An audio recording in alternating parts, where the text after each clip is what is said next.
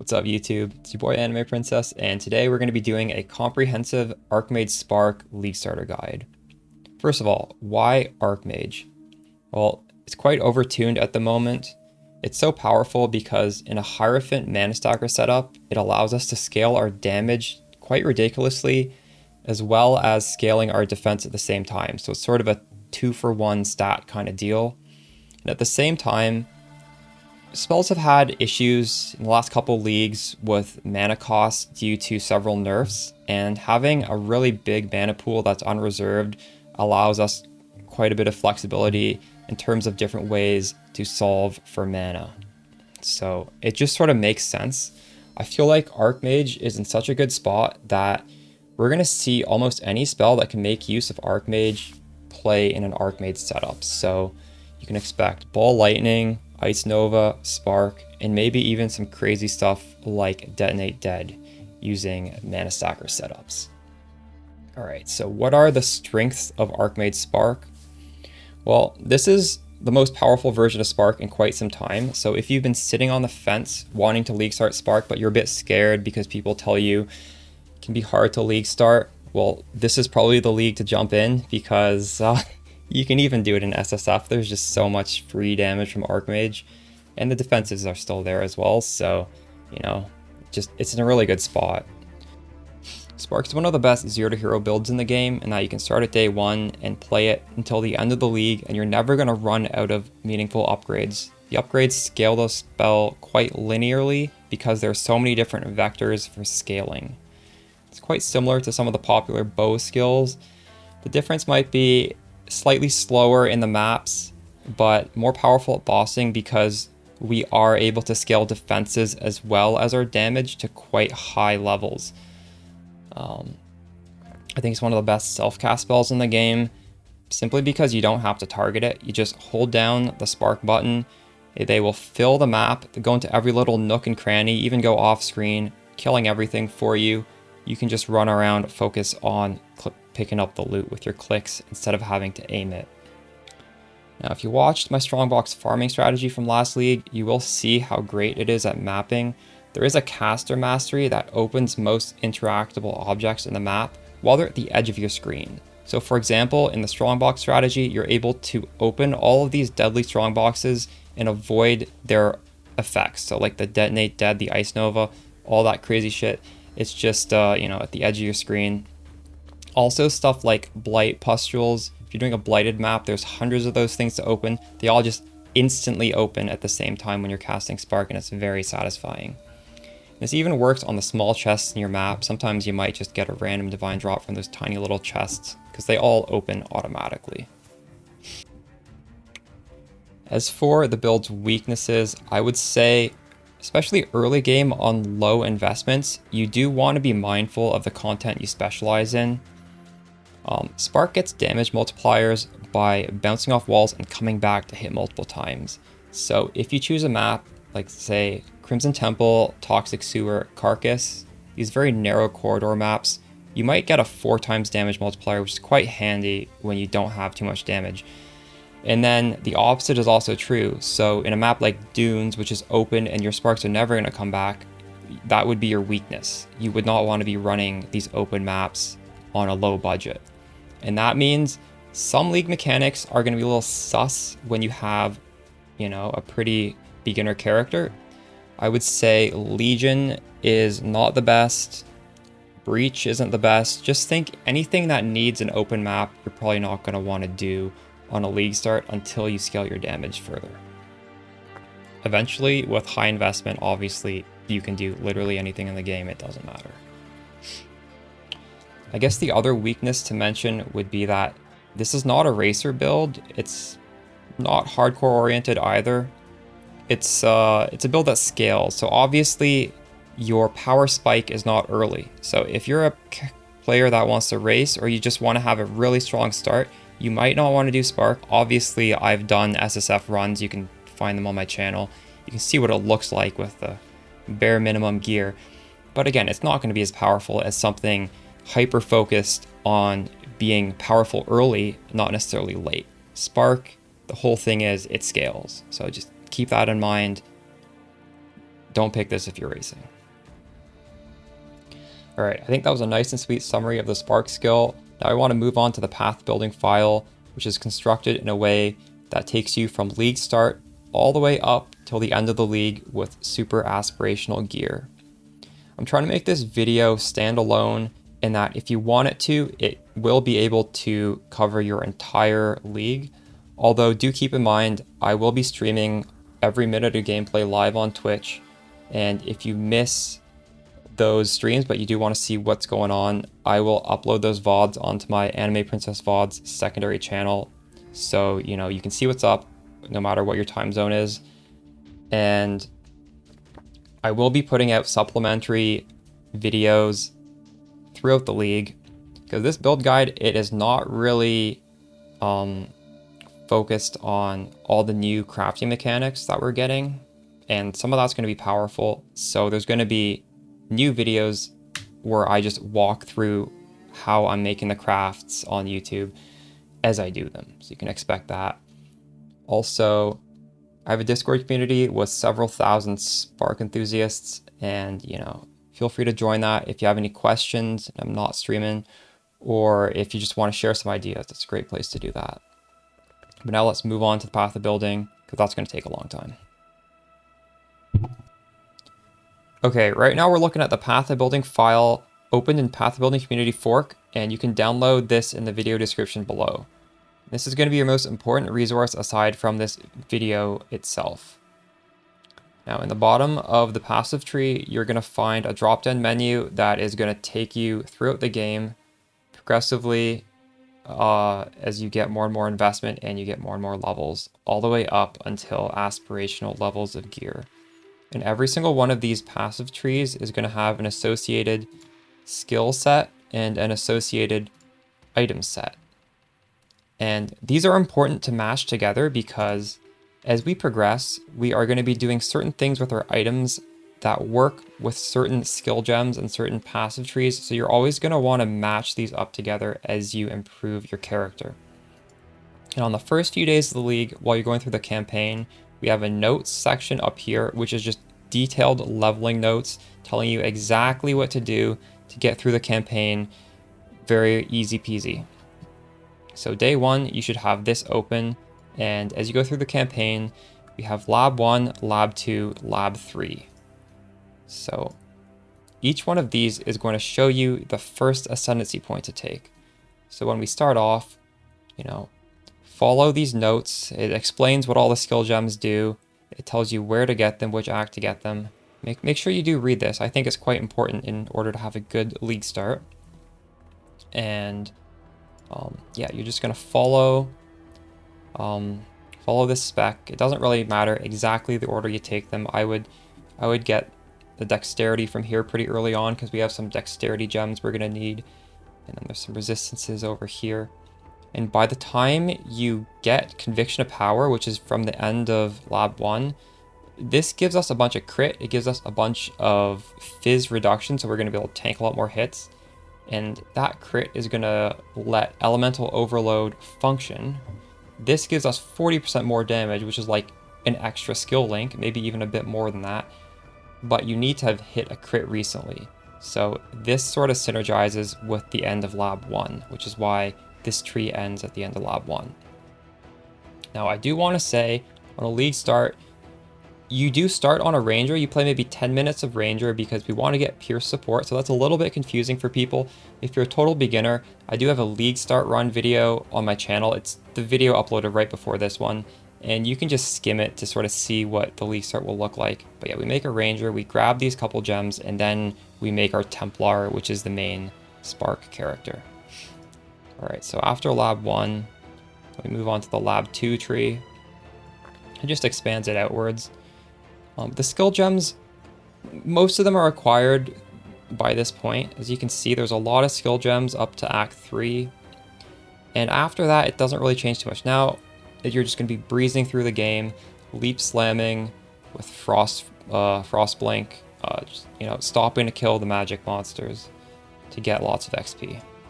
And then the end of this Lab 2 tree, you're going to want to grab Arcane Blessing, which gives us a lot of damage. And this synergizes with these points over here. So you're going to want to get these points probably last.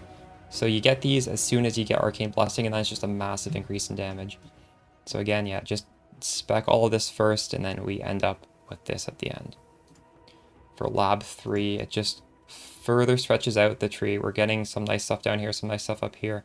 We're sort of getting ready to swap over to Archmage because we're not actually going to use Archmage support until we really flesh out this tree, because there's so much useful spark, just generic spark passives in here.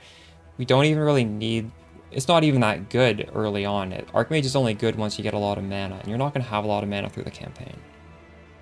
So that's going to take us through the campaign, and we're going to grab Divine Guidance, which is, it's pretty good for mana stacking, but we're really just trying to get over to Sanctuary of Thought, which is the Uberlab ascendancy point. So yeah, we got post-campaign. And at this point, I think we can start looking at the skill section as well as the item section. From Lab 1, Lab 2, Lab 3, I don't really show the items because you're mostly looking for some 4 links, because you're going to want to have a 4 link for Orb of Storms and a 4 link for Spark. And if you don't have a filter set up to highlight exactly these 4 links, don't worry. I have a filter on my Path of Exile account. So I'll have a link to this in the video description. Basically, you just go to my account name, which is XKnowingX. You go down to item filters, AP leveling Spark Templar 3.24. I'll probably just change that to 3.25, but this is going to work. Just follow it, the one with a lot of followers, and that is going to highlight in bright red when you drop a 4 link with the right colors. So yeah, you're just trying to get the gems to fit in whatever armor pieces you can.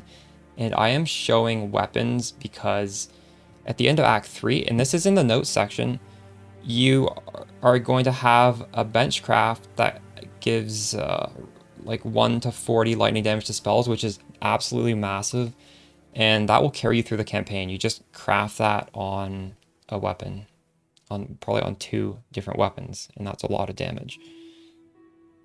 Yeah, so that is the extent of these item sets, and now we're going to go to post-campaign and post-campaign skills.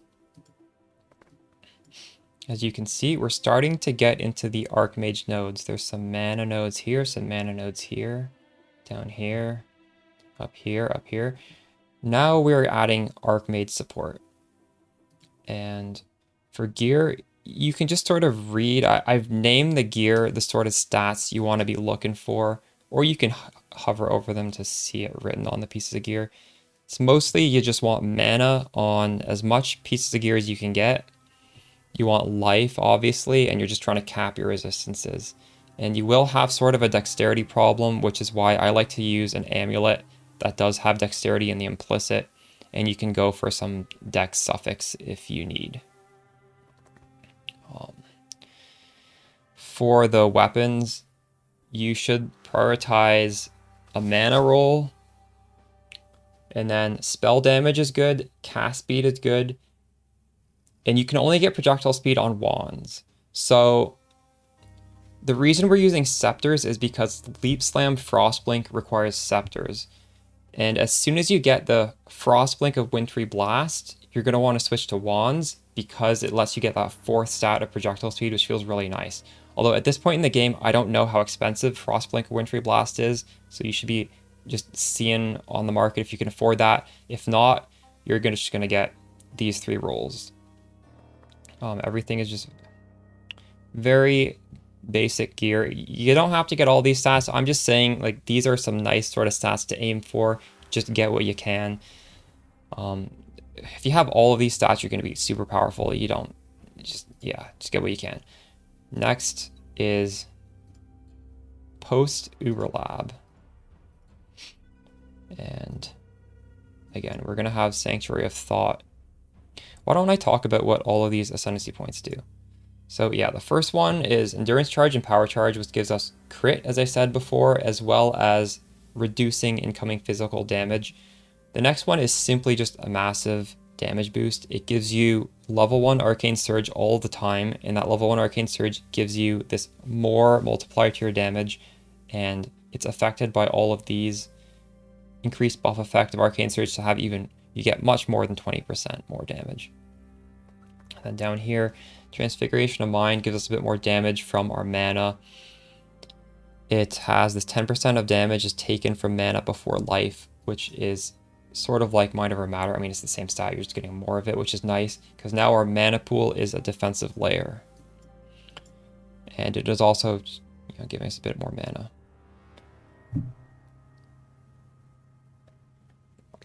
Sanctuary of Thought kind of gives us energy shield based on our maximum mana. So now we're going to have this new defensive layer of energy shield.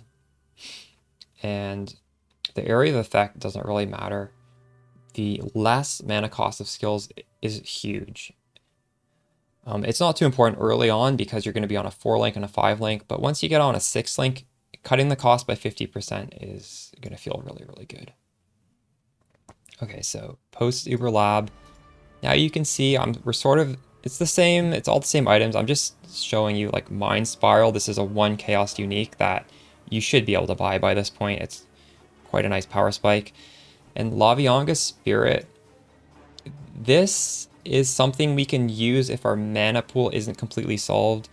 As you can see, we have a mana cost that is less than our mana regen, but you have to keep in mind the Arcane Cloak is going to trigger and cost a huge amount of mana. So even if this costs less than our mana regen, it doesn't mean you're going to have enough mana regen, because again, you're also taking damage that's being absorbed by your mana. So if your mana ever gets low, you just press Lavianga's Spirit, and all of our skill costs are going to be free for a little bit, which means, you know, Arcane Cloak isn't going to destroy our mana pool. Our high spark cost of 550 is going to cost nothing. And it's going to let all of the regen fill us back up. So this is something just very convenient to use, just press once in a while early on. Skills. Do we really need to talk about these skills? Okay, so Clarity is on Arrogance, which is reserving our life to give us a lot of mana regen. Frostblink, as I said earlier, you want to get Frostblink Wintry Blast whenever you can, so you can switch off of Scepters for Wands in order to get the projectile speed. It's not quite here yet because I have no idea how much it's going to cost. You might just be leaf slamming at this point, you might not be. Orb of Storms, this is our 4-link that is going to inflict freeze, it's going to inflict high shocks. This is a nice setup on non-crit. We are not crit yet because non-crit doesn't freeze or shock that easily, and this is just going to apply that stuff. It's also going to have Culling Strike, which is nice. You just throw that down whenever. So I am on a 4-link actually.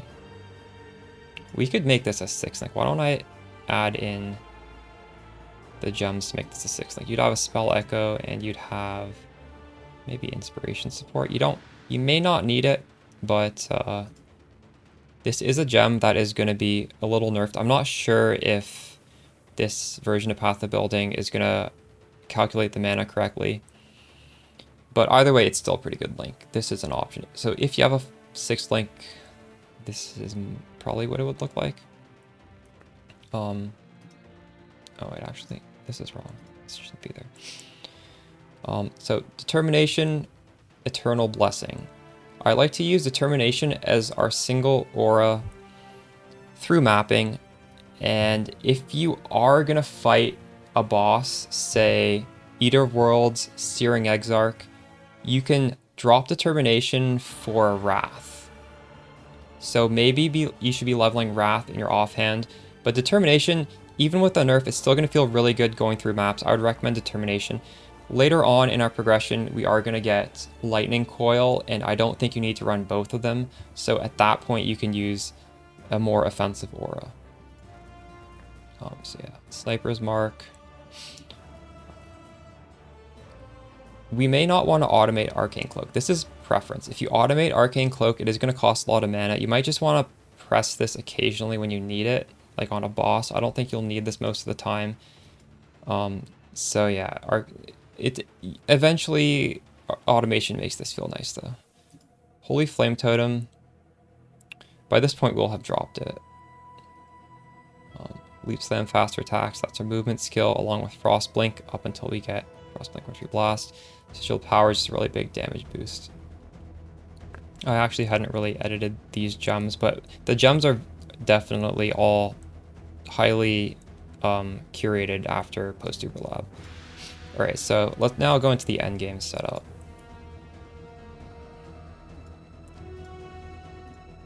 This is where there's more effort put into the PoB.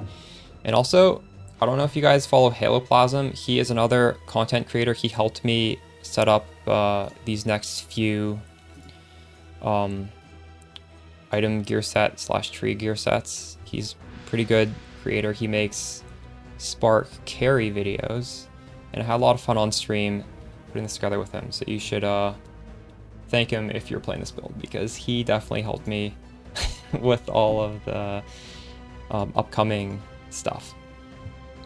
Alright, so endgame budget, you can see now we're on wands, and we have spell damage, mana, projectile speed, cast speed. When you're making these, if this is at all expensive, you're probably going to want to craft it yourself, possibly. So you're going to want to look for one of these things fractured, and you can actually get spell damage from an essence. That's Essence of Woe. You can also get projectile speed from an essence. It's one of the purple essences, I forget the name. And I believe there's also a cast speed essence. So, you know, just see what the market is for those essences, and you're going to maybe spam one a few times. These are the 4 best mods. You don't need to get like 4 mods. You can probably get by with 3, but this is just showing you the top mods. And the honorable mentions, which are not on here, would be added lightning damage to spells and +1 level to lightning skill gems. And the reason those are inferior is because levels on Spark give us flat damage, and obviously flat damage to spells gives you flat damage. Archmage Spark gives us so much flat damage that it's not too important to scale those further. So just in general, keep in mind, you don't need to get a crazy level to your Spark gem. You don't need to be looking for added damage on your gear. It's still nice to have, but these are the big ones. These are the big stats you want. All right, we still have the Mind Spiral. Now we have a lightning coil with 6 white sockets. You might be asking, how do we get a lightning coil with 6 white sockets? Because Spark is mostly blue gems, and it's really hard to color lightning coil with blue. Well, my Leaguestart strat for last league, and you can scroll back to see the video, was focused on Alva Temples. Spark is really good at Alva Temples, and with the new Atlas, you can make Alva Temples every like 3 to 4 maps. So we're just mass producing these Alva Temples for double corruption chambers, and you want to quality the lightning coil to 20, and you want to spam jewelers to 6 socket. Do not 6 link it. And then you throw it into the double corruption chamber. You have a 25% chance for all white, and you have a 25% chance to double corrupt. And I guarantee you guys, lightning coil is going to be super meta next league. So if you get double corruptions, they will sell. So this is a way to make profit, and it's also a way to fish for the 6 white sockets. Now, if you do get a double corruption, that is good for Spark, and the best ones would be reduced critical strike, like 50% reduced critical strikes, 50% increased damage. I suppose there's a bunch of +2 levels that work with Spark skill gem, and they're still better than nothing. So you get +2 projectiles, +2 duration, +1 to all skill gems. I think that's it. There might be more. You know, then you can use tainted chromatic orbs, and for the 6 link, it's actually quite flexible. You don't have to get exactly these colors. So we have Spark, Archmage, Spell Echo, Lightning Coil. Those are 4 really good blue gems. If you get green colors with your tainted chromatics, you know, Pierce, faster projectiles are both really good. If you get red, Inspiration, and honestly, Cruelty. Where's Cruelty in here? Cruelty is really good as well. You can get up to 2 red and just fit them in. But the ideal setup is these 6, and if you have mana problems, maybe drop faster projectiles for Inspiration, and that's going to be better. Okay, back on to the items. So lightning coil, this is the point in time where you're going to be dropping your determination. You don't need it anymore. So you can choose haste if you want to go fast. You can choose wrath, might have slightly more damage. Now, you're going to get leech on your gloves. So that's the important thing on the gloves. It's Eater World's Ichor. And alternatively, Mind Spiral, again, this is like a 1 chaos item. You could just be corrupting these. You can get Lightning Leech in the implicit. So this is another way to get Leech. 2 different easy options for Leech. Aziri's Foible, I think, is going to be quite expensive because Archmage is going to be very meta.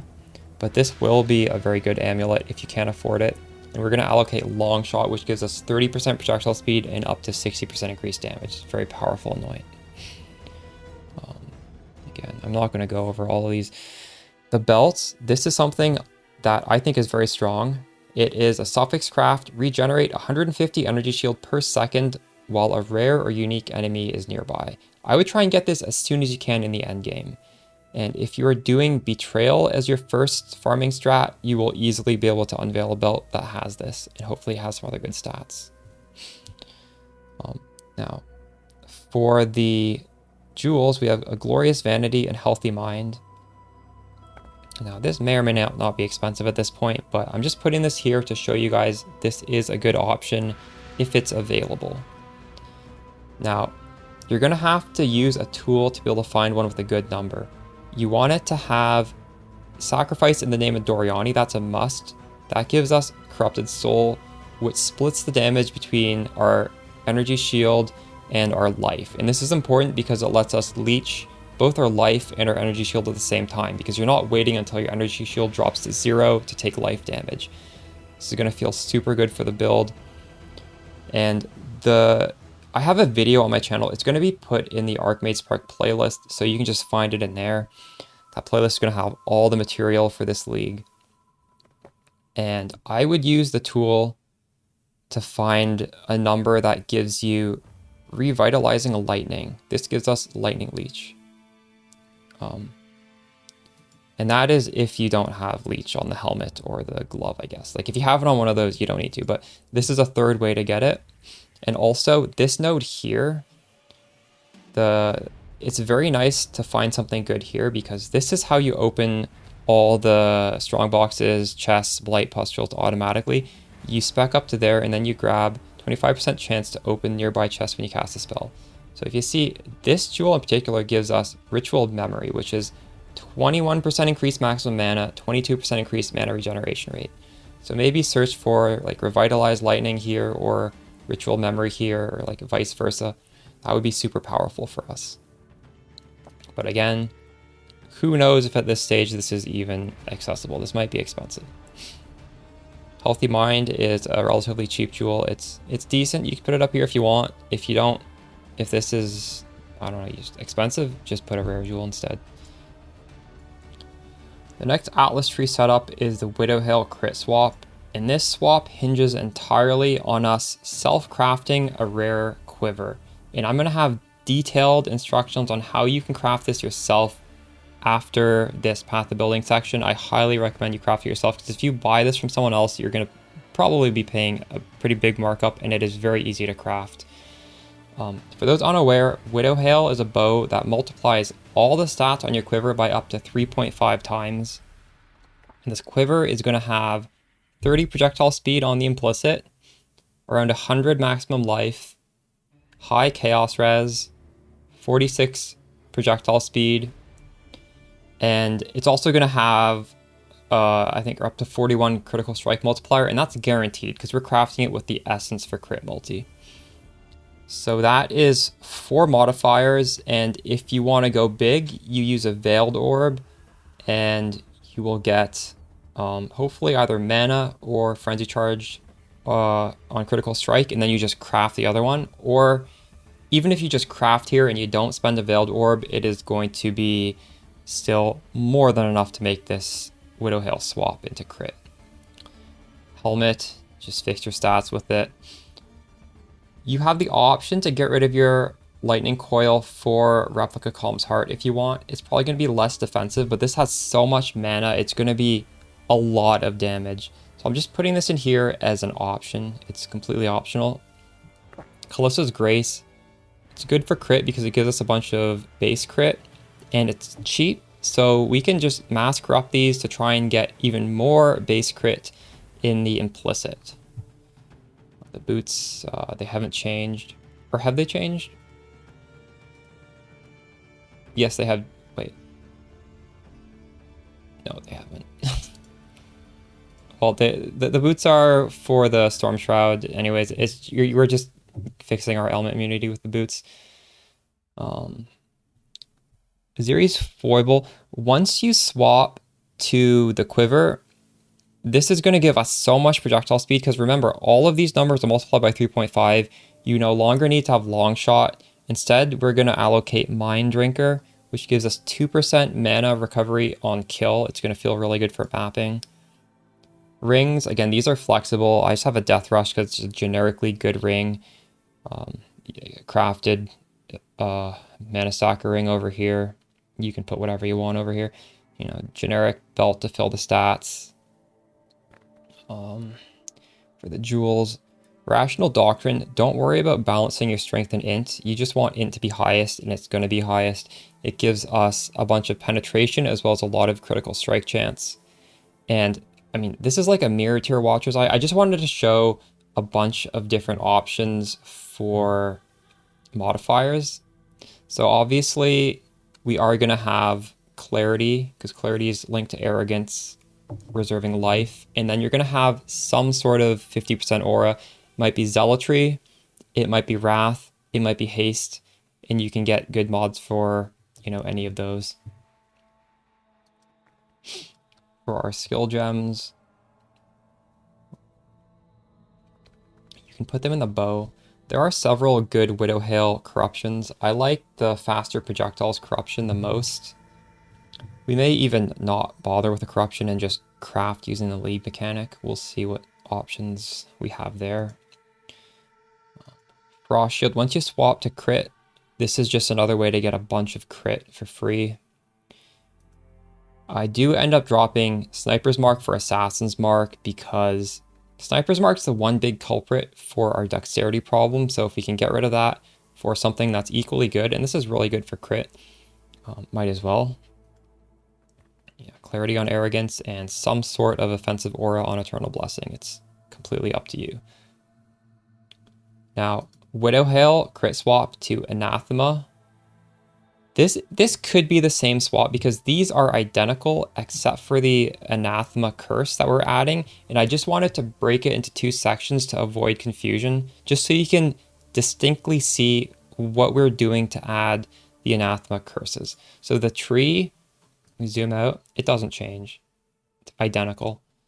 And the items, the one thing changes, which is the ring. We add Anathema ring. And what this ring does for power charges from our Ascendancy, which gives us 4 curses. And we're going to put those curses in a 6-link setup. So in this setup, you can't use replica columns. I have replica lore weave. I think this may be better than lightning coil, but again, you could go with either one. And so yeah, with the switch, we gotta look at the setup over here. We're using an Arcanist brand. You just throw this on the boss and it's going to cast Punishment, LE Weakness, Conductivity. These are 3 damage auras. I like to link Inspiration just to make the mana cost a little bit cheaper. It's not required though. You could technically do a 4-link, just Arcanist brand, Punishment, LE Weakness, Conductivity if you want. That would be perfectly fine. Now, this next swap is a more expensive option than Anathema. So if you're rich, you're probably going to want to do this instead of Anathema, and it is Forbidden Flame and Flesh for Inevitable Judgment. This reads, critical strikes ignore enemy monster resistances, so getting your crit up to 100% is going to be quite nice. This isn't quite at 100, but there are ways to get it higher. So yeah, try and get your crit as high as possible, and then you just remove all penetration and all minus resistances from the build. So as you can see, we don't have Rational Doctrine anymore because that is minus resistance on it. And in the skill gems, we are no longer going to have lightning penetration. See, go back, there's lightning pen. You don't want that anymore because it just sets the resistances to 0. Also, you would not use LE inversion if you were using that before. Alright, so that's the main thing here. It's a Forbidden Flame and Flesh, so those could be wildly expensive or cheap. It's just depending on the market. You don't really know. And again, since you don't need the 6 link anymore, you have the option to go back to Replica Columns or, you know, Replica Lore Weave or Lightning Coil. They're all good armors and you can use them interchangeably. Again, I think I've said this before, but the build is pretty flexible. It's not like all these pieces are required to work together. If stuff are required, I'm trying to let you know in this video. And actually, yeah, Anathema would go back to Death Rush on this. That was a little mistake. Or it would go to maybe a rare ring. Maybe you just have 2 rare rings because you don't need the Anathema over here. We're not cursing. The last setup is Aspirational. If you're at this point, I would recommend just looking at what I'm doing because I can make an aspirational gear set here, but it's never going to be quite the same as what I actually end up doing. So there's always new discoveries, there's new crafting mechanics, something's going to be OP that's not found in here. But if you're just using this as a standalone guide, this is the final setup. And I guess at this point I should mention all these damage numbers are going to be lower because I have this config set up for like the really early tree. I believe it's set up for endgame. So there's a lot of damage that's just like being ignored because I don't have it checked off in here.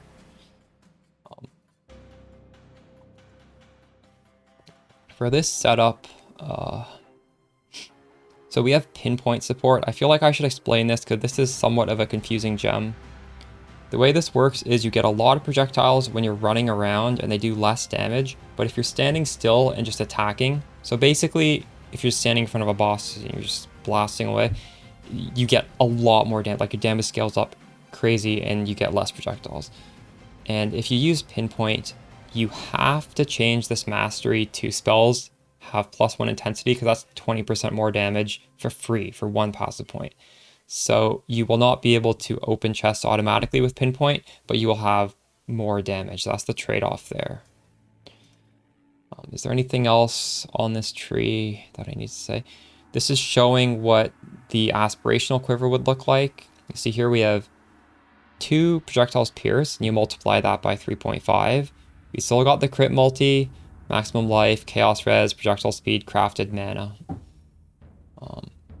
We're using Soul Ascension gloves. These are pretty good for T17 maps or just doing bosses because you will slowly ramp up your Soul Eater and you'll get just crazy amounts of damage after it's been ramped up. If you're doing basic content, there might not be enough rare or unique enemies for this to be worth using because you can only gain 1 soul every 0.5 seconds. And when we're doing T16 maps, Spark shoots out so fast, covers the screen, goes off screen just like instantly that you might delete 10 rares in 0.5 seconds. You're only going to get 1 soul for that. And then there's no monsters for like 2 screens away from you. So you're going to have to loot for probably like 5 seconds and you're never going to be able to build up the Soul Ascension Soul Eater stacks. But I have this on the aspirational gear because honestly, when you're doing easy content, you don't even need those souls. But when you're doing the really hard content, you will appreciate it. So, you know, you get the damage when you need it. You might not get the damage when you're doing trivial content. We do have Call the Brotherhood in this final setup. You could be using this at any point once you swap over to crit. The advantage of Call the Brotherhood is by swapping half your damage to cold damage, now we're going to be able to freeze enemies, which is a really good defensive layer. The downside of this is now you're only doing half lightning damage, so your shocks are going to be lower. So this isn't really a DPS boost. You could use Call the Void instead, where you're not going to freeze enemies, but you still will chill them, and it's going to be better defensively. It's also going to be more damage since you maintain full lightning damage. With Call of the Brotherhood, you could pair this with Trinity. Call of the Brotherhood, like a singular Call of the Brotherhood, fully enables Trinity support on the build. And the reason why there's no Trinity support on the Aspirational gear set is because we don't need to pierce resistances at all. Like the resistance are always 0, so the math doesn't really make sense with Forbidden Flame and Flesh. But let's say you wanted to have the freeze defensive layer and you were using Anathema. You could have an Anathema and a Call of the Brotherhood, and in that case Trinity would be a lot of damage, would probably be worth using. So that is another combo there. Rings, again, very flexible. You don't need to have Call of the Brotherhood on the final setup, but I just want to have it somewhere because it is very, very good defensively. For the jewels, in the Aspirational setup, we are making use of Unnatural Instinct combined with Brandis Pact, which can be done at any point in time. In order to do this setup, you want to swap these 2 mana nodes over to the life regen, because Unnatural just specs everything that is unspec'd. And since there's this big overlap between Brandis Pact and Unnatural, we're just getting a lot of flat mana from all of these unspec'd nodes in the middle. So that would be the synergy there. I believe the Brandis Pact is no longer called Brandis Pact. It's dropped from one of the new bosses, but there should be a rare jewel that gives you the same effect where passives and radius grant +5 for maximum mana, so look out for that. Alright, that's the path of building. Should carry you through most of the game. And right now it's still in a beta PoE setup because it's not fully updated. But you can check back to the video if you're watching this right on release, and I will note when I update it to the official PoE release. But again, the build hasn't really changed. The tree hasn't really changed since last league. So, I mean, what you're seeing is still going to be what you get once we get the official 3.25 update. Alright, for the Pantheons, I value quite highly Brine King in the early and mid game. The pseudo stun avoidance is great. We can avoid being frozen before we eventually upgrade to Storm Shroud for ailment immunity. Now, eventually, if you do get a Mage Blood, you can get complete stun avoidance through a flask. And if you're not having stun issues and you are using Storm Shroud, feel free to shift this over to Lunaris, which is quite high value. For the small god, it's somewhat flexible. If you're doing red altars, just use Aberath's, no brainer. If you're doing a reflect map, I generally just spec Yugal and I put on a Sibyl's Lament on one of my rings just for that one map, just to tech into it. You know, just do what you feel is best, but those are some good options. Now, for the QUIVER craft, I feel like some of you guys are visual learners, so I'm just gonna do it while I explain it because it's a pretty simple craft. This is the first quiver you should craft in order to swap to crit. So right now we have a bunch of Deafening Essence of Scorn, which can give us crit multi, and I recommend getting a Fractured Prefix, and the only one you can really get is Maximum Life. So here we have 1 off perfect Maximum Life, and we're just gonna hit this every time. It's gonna give us crit multi. And we are looking for projectile speed suffix with an open suffix. So we'll just click. Just look at the suffixes. Well, here we actually hit Chaos Res. Chaos Res would also be fine, although there's no easy way to roll on projectile speed. That's why I like to hard roll for projectile speed. But I suppose in this case you could just annul. We didn't hit the dex. If you hit the dex, you could Exalt Slam on potentially projectile speed.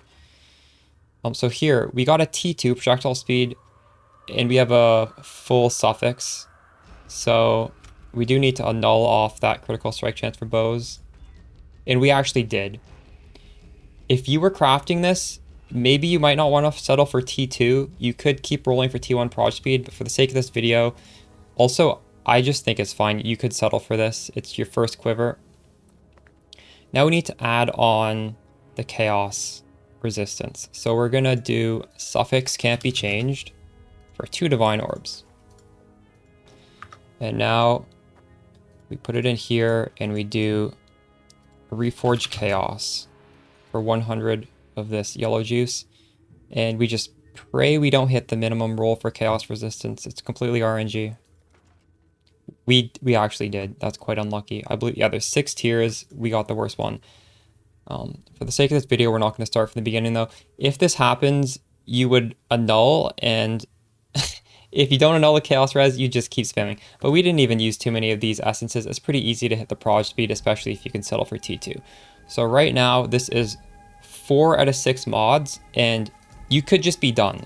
This is already, assuming the chaos res is higher, it's already more than enough to swap to crit. In that case, you would just craft on mana, call it a day. So I would recommend starting off with the 5 mod quiver I just demonstrated, and then we can upgrade that same quiver to 6 mod quite easily. So right now, just, I guess it would be crafted mana, because that would be our 5 mod. And to upgrade it, we're going to change the craft to suffix can't be changed. And that's going to lock our suffixes in and force the veiled orb to give us a prefix. So we're just going to hit the veiled orb on. Guarantees you this veiled modifier. Now, before we unveil it, we're going to want to block something to get the best result. And these are the options for veiled prefixes. It would be nice to unveil mana. You can't unveil life because it already has a life roll. So the other options are armor and evasion, evasion and energy shield, or one of these flat damage rolls. And I did say earlier that, you know, flat damage isn't too important because we do have a lot of it from Archmage support, but these numbers multiplied by 3.5 are quite high, so these would still be fairly good. And I don't know, I wouldn't value these defensive ones quite as highly, but if you do want a more defensive character, these are good as well. I guess I'm going to block armor and evasion. It's just what I'll choose to block, but it is somewhat of a preference here. All right, so now that we've crafted that, we're going to unveil through June. And I just fell into my trap. I can't even get out of here. Let me relog. Oh, that's awkward. Okay, let's not step on that trap, and we'll go to June. All right, unveil. Wait. Oh, we did get the mana. Perfect. This is the best outcome, I guess. Mana with life regen. So now we can craft on any prefix we want. Okay, and maximum energy shield evasion rating or one of these damage rolls. It doesn't really matter. We'll just stick with that and call it a day. And this isn't the like perfect endgame quiver because, again, as I mentioned in the path building section, the perfect one would have the fractured essence roll for, let's see if I have one. Is this it? Yeah, quiver projectiles pierce 2 additional targets. You would get this on the feathered arrow quiver instead, and then you would slam the deafening essence of scorn. And if you do want to see me fully craft the perfect quiver, I have a full crafting video of me actually doing the craft on my Anime Princess VODs channel. I'll probably put that in the Archmage Spark playlist. And I'm going to craft it again this week, so I might make another video. But that takes quite a bit of time. I think it's a half-hour video, so I'm not going to be going over exactly how to do that in this Leaguestart guide. It is on the channel, though. While we're talking about quivers, I do want to clarify some stuff because there's always some people who want to go even more budget than this budget quiver, and then they end up getting modifiers that don't even work for Spark. So we're just going to do a quick summary of like why these things don't work. There's very few modifiers that actually work for Spark because the Spark isn't shooting out of the bow. So if you get modifiers such as critical strike multiplier with bows, that does nothing because that's for the arrow shooting out of the bow. But we're just holding the bow. It's like a stat stick. So none of these do anything. Like crit chance with bows, nothing. Crit multi with bows, no. Obviously anything that adds damage to attacks doesn't work. So none of these, there's no good prefixes except for maximum life. Increased damage with bow skills. Spark is not a bow skill. And I forgot to mention at the beginning of this, but you do need a certain eye level for this quiver. And that's just the lowest T1 modifier. So Chaos Res is 81.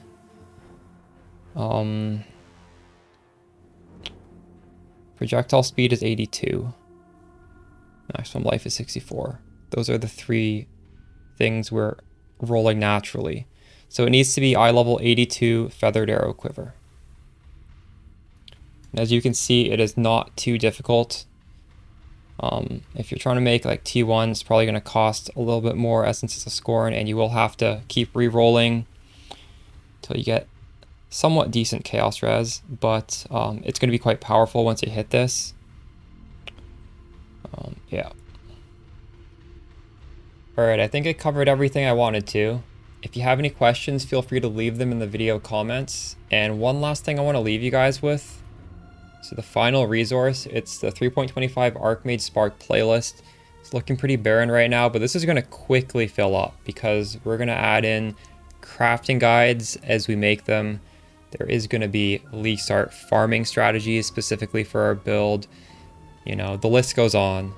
And you'll be able to find this in the video description as well as simply by going to my channel and then going to the playlists. I'll try and put anything I think very relevant will be added in here, and it should be in chronological order. That's generally how I make these playlists. Yeah. Thanks for watching till the end. Hope you enjoyed the build guide, and I'll be looking forward to seeing some of you guys on Friday, twitch.tv/animeprincess for the Archmage Spark Leaguestart. All right, peace out, guys.